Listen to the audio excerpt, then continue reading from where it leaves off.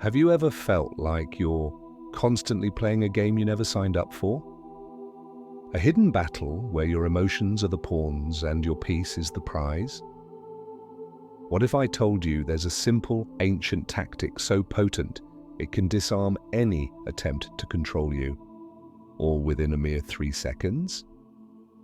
Imagine a world where your reactions are no longer currency for others to spend, where your silence becomes a shield, and your stillness an unassailable fortress.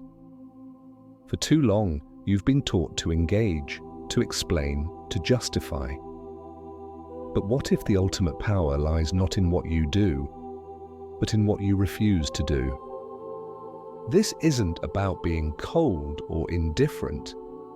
It's about becoming a master strategist of your own inner world, understanding that every impulse to react, every desperate need to explain yourself, is a tiny thread that manipulators use to pull your strings.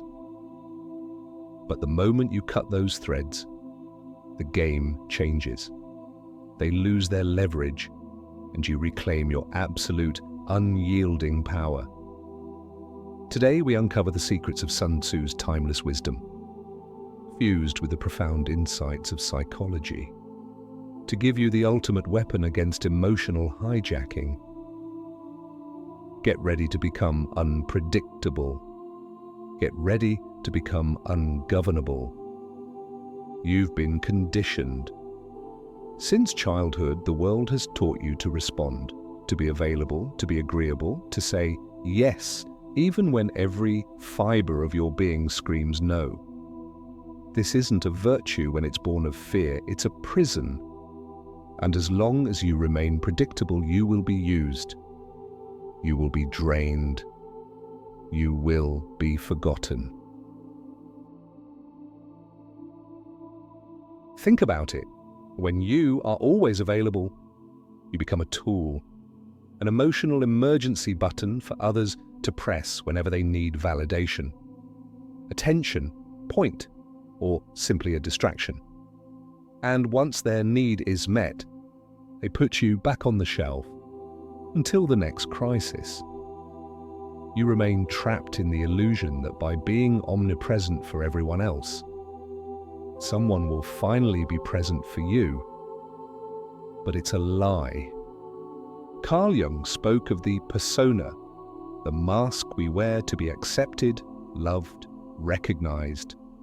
This very mask, crafted for external approval, is what keeps you overly available. You say, "I'm fine," when you're suffocating. You reply instantly to messages even when exhausted. You explain yourself, justify yourself, defend yourself, as if the world holds the key to your self-worth. But the more you make yourself the center of someone else's stage, the more you disappear from your own. Constant availability is a subtle form of self-abandonment. It's a disguised attempt to control how others perceive you, to avoid rejection, to seek external validation. But this control comes at a terrible price: your peace, your vital energy. It's distributed as if it were infinite, when in fact it is precious, very, very limited. The people who demand your constant availability, in truth, don't want you. They want what you provide: validation, company, distraction, emotional comfort. But when you change, when you set a boundary, when you refuse to react, those same people become irritated. They accuse you, they say you're weird or different. It's not because you changed for the worse, it's because you stopped being functional for them. And here's the cruelest truth: the more available you are, the less value others give you. What is too abundant becomes cheap. What is always there is rarely treasured. No one respects what they don't have to earn. No one values what is always present. So stop and think who truly deserves your time, your attention, your presence, or perhaps who deserves your absence. Sun Tzu, the ancient Chinese military strategist, taught us that the greatest victory is that which requires no battle. He understood that to defeat an enemy, you must first understand their strategy, and then you must render it useless. In the emotional battlefield, your reaction is the weapon your manipulator seeks to disarm you with. Most people believe power lies in speaking, in arguing, in controlling the narrative, but what if true power lies in the strategic deployment of silence? Not the silence of passivity, but the silence of conscious choice. The silence that holds a profound, almost brutal lucidity. When you cease to react, you begin to observe, and in observation you discern patterns that were invisible before. Emotional repetitions, manipulation tactics, cycles of self-sabotage that you unwittingly enabled. Silence grants lucidity, and lucidity is the greatest threat to those who thrive on controlling you. Have you noticed how some people panic when you don't respond, when you don't explain yourself, when you simply disappear from their emotional orbit? It's not because they miss you, it's because your silence strips them of their narrative control. While you are speaking, you are still in their game. But when you fall silent, you change the rules. And that unbalances anyone who feeds on your reactivity. True silence isn't the absence of voice, it's mastery over your own energy. It's the conscious refusal to be dragged into someone else's emotional drama. It's the deliberate choice not to engage in battles that are not worth your precious peace. Carl Jung believed that individuation, the process of becoming your authentic self, requires this distancing. Because only in silence can you truly hear your own voice, unadulterated by the world's clamor. But make no mistake, this silence has a price. It will distance you from people who only valued the role you played. It will make you incomprehensible to those who saw you only through their own projections. You may seem cold, distant, even arrogant to them. But all of this is merely the reaction of those who never wanted to engage with your depth, only with your utility. The more you mature, the more selective you become with your words, your reactions, your energy, because you understand that each sentence, each response, is an energetic investment, and not everyone deserves access to your inner truth. Sometimes, silence isn't retreat, it is sovereignty. It is the language of those who no longer need to prove anything to anyone. Silence is uncomfortable for the other person because it forces them to confront their own thoughts, their own internal noise. This discomfort reveals more about them than any argument you could ever make. You don't need to explain your absence, it explains itself. And those who feel threatened by it reveal just how much they depended on your imbalance to maintain their own control. Jung didn't see the human psyche as a machine that reacts without consequence. He viewed our mind as an energy system. Every thought, every emotion, every action consumes a part of that vital energy. The critical question is, are you choosing where your energy goes, or are you letting the world decide for you? Every time you react impulsively, you are hemorrhaging psychic energy. When you defend yourself against a criticism that didn't deserve attention, when you respond to a provocation just to prove you're right, when you engage in useless discussions, when you try to please those who do not value you, you are spending your inner strength on what does not nourish you. Jung was clear. That which you resist persists. The more you react, the more you bind yourself to the very thing you're trying to escape. People who live emotionally drained are not weak, they are misdirected. And do you know what happens to someone who lives exhausted? They become vulnerable. When you are vulnerable, you become easy prey. Manipulative, opportunistic, and emotionally needy people can sense this. They notice that you don't know how to guard your energy, that you react to everything, that you're always trying to solve the world's problems, and they take full advantage. A healthy psyche, Jung said, is one that knows how to keep energy within the system, This means knowing how to say no without guilt, knowing how to remain silent without feeling cowardly, knowing how to observe before acting, because true power isn't in reacting, it's in choosing when and how to act. And this is only possible when you know yourself well enough to recognize your own impulses. How many times have you lost sleep over an unresolved conversation? How many hours have you spent ruminating on what you should have said or trying to understand why someone treated you poorly? This is energy being drained without return. You are keeping alive ghosts that should have died long ago, feeding dynamics that only exist because you insist on responding. Psychic energy is like a force field. When well guarded, it creates presence.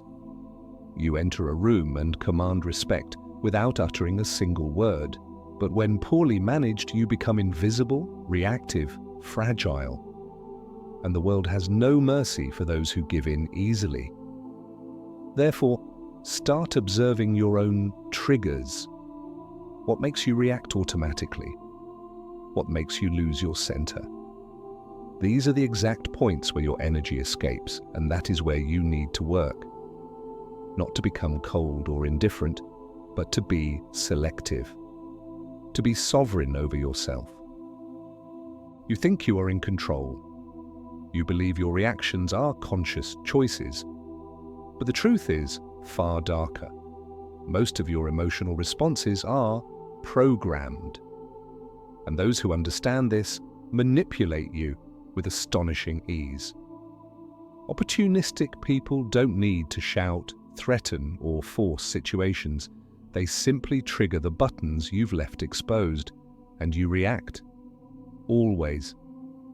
Jung called this projection, the psychological mechanism through which people project onto others what they cannot see or refuse to acknowledge within themselves. But there's a lesser-known facet. While others project onto you, you also become the receptacle for these images. The more emotionally available you are, the more you become a blank canvas for these projections. You know that friend who only calls when they're in crisis? That partner who always needs you to save the day? That person who praises you but only as long as you're useful to them? None of this is by chance. They are not truly relating to you. They are relating to the idea of you, to the role you've unwittingly agreed to play. And why do you agree? Because you're afraid of disappointing. Afraid of not being loved. Afraid of being abandoned. The most effective manipulation doesn't happen with threats. It happens in the silence of guilt. When you feel you owe something to the other, when you believe you need to be available, need to help, need to understand, even when it destroys you from the inside. Here's the pivotal insight: the manipulator doesn't need to control you directly. They just need you to keep reacting the same way. But when you stop reacting, the game breaks. When you start saying no, responding with silence, withdrawing instead of explaining yourself, their projections begin to crumble. The mask they put on you falls, and this leaves people utterly unsettled because they no longer know who you are. And worse, they are now forced to look at themselves, and not everyone is prepared for that. Your unavailability is a threat because it forces others to confront their own emptiness. The silence you offer reveals the internal noise they desperately try to avoid. And then comes the backlash, the criticism, the emotional drama, the accusations. Not because you are wrong, but because you stopped serving as a convenient mirror. Jung said, "We do not become enlightened by imagining figures of light, but by making the darkness conscious." When you withdraw, when you stop feeding the cycle, the other's shadow begins to emerge. And this is unbearable for those who have always used you as an escape. But what about you? Are you ready to deal with the discomfort of being misunderstood, rejected, or even attacked for protecting yourself? Are you ready to endure the silence that comes after the rupture? Because it is precisely in that silence that a new kind of power is born. It is the power of your unwavering, authentic self. It's not enough to understand this intellectually. In practice, you must stop saying yes when you mean no. Stop responding to messages that bother you. Stop participating in empty conversations. Stop maintaining relationships that only exist out of inertia. Awareness without action is just another form of self-deception. True transformation begins when you firmly decide to become selective. And this requires deep emotional discipline. Conscious unavailability isn't about being cold, arrogant, or indifferent. It's about no longer being accessible to anyone at any time for any reason. It's about taking back control of your own energy, your own time, your own peace. And this starts with small, deliberate actions. Not responding immediately, taking a deep breath before reacting, leaving a discussion before it devolves into chaos, turning off your phone without guilt, saying, "Not today," saying, "I'm not interested," saying, "I won't get involved." But here's the most revolutionary part: you don't need to justify your absence. You don't need to explain your silence. You owe nothing to anyone but yourself. And for many, this is unforgivable, because when you refuse to explain yourself, you strip the other person of their power to keep you locked within an emotional narrative where you are always the helpful, understanding, accessible one. Jung understood that every process of individuation, becoming who you truly are, goes through a period of isolation. Not a depressive isolation, but a sacred isolation. A time of inner retreat where you relearn to listen to your own voice without the world's constant interference, where you rebuild your identity not based on the gaze of others, but from your own unshakable center. Want to know a good thermometer for your evolution? Observe who starts to distance themselves from you when you become more reserved. Observe who tries to provoke you when you stop reacting. Observe who accuses you of having changed when you finally start to protect yourself. These are not signs that you are wrong. They are proof that you have begun to free yourself. Being unavailable is uncomfortable at first. You will feel guilty. You will think you are being selfish. You will hear that you are being too harsh. But this is part of the deconstruction process. You have spent your life being conditioned to put yourself second. It's natural that change causes discomfort, not only in you, but in everyone who benefited from your old version. Conscious unavailability is the foundation of self-determination. When you say no to the world, you are saying yes to yourself. When you withdraw from a toxic environment, you are reaffirming that your peace is worth more than any false connection. And when you stop explaining yourself, you begin to be respected, even if it's by a precious few. Because your emotional absence will expose wounds they do not want to face. It will reveal as how much they depended on your emotional chaos to feel in control. And it is at this moment that the rupture comes. And with the rupture comes the pain, the loneliness, the estrangement, the feeling that you are losing something when in fact you are just freeing yourself. When you stop being available to everyone, something profound begins to happen. First comes the silence, an uncomfortable silence that seems to scream inside you. You wonder if you did the right thing, if you are being too harsh, if you are losing people who liked you. But gradually this silence transforms. It begins to cleanse, to calm, to heal. And then comes solitude, but not the solitude of absence. It is the solitude of total presence, your own. The solitude of the strong, the solitude of one who no longer betrays themselves to keep others close. And in that sacred space where there was once confusion, clarity enters. Where there was once anxiety, peace enters. Where there was once neediness, a new kind of strength enters, the strength of being whole within yourself.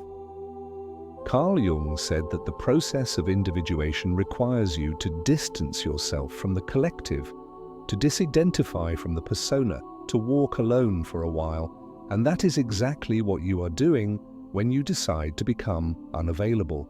You are not fleeing the world, you are returning to yourself. It is at this point that you stop being a reactor and become a creator. You cease to be shaped by circumstances and begin to shape your reality from within. The people who feel uncomfortable with your absence, they reveal that they never truly wanted you. They wanted the role you played. And now that you no longer fit, they don't know what to do with you. And that, my friend, is liberating. You will lose people, but you will find yourself. You will distance yourself from places, but you will reconnect with your essence. You will become misunderstood, but finally, you will begin to be respected, because when you are no longer available for emotional crumbs, for mind games, for voids disguised as affection, you become valuable, rare, unforgettable. This is a rebirth, a new beginning, the start of a life where you only accept what resonates with your peace, or with your truth, with your wholeness. And if you have made it this far, it's because a part of you is already ready for this new path. A part of you has already understood that being loved means nothing if, for that, you have to abandon yourself. And that true self-love begins when you choose yourself, even if it costs you to be alone for a while. So are you ready to be misunderstood, rejected, or even hated in the name of your inner freedom? Are you willing to pay the price of being truly, unapologetically you? As we close this chapter, remember that the deepest strength lies not in outward displays, but in the unwavering stillness of your own spirit. To embrace this journey is to walk a path less traveled, yet infinitely more rewarding, for it leads you back to the untamed wilderness of your most authentic self. If this message resonated with the quiet warrior within you, please like this video, share it with another soul seeking freedom, and subscribe to join our growing community on this profound exploration of what it means to truly live.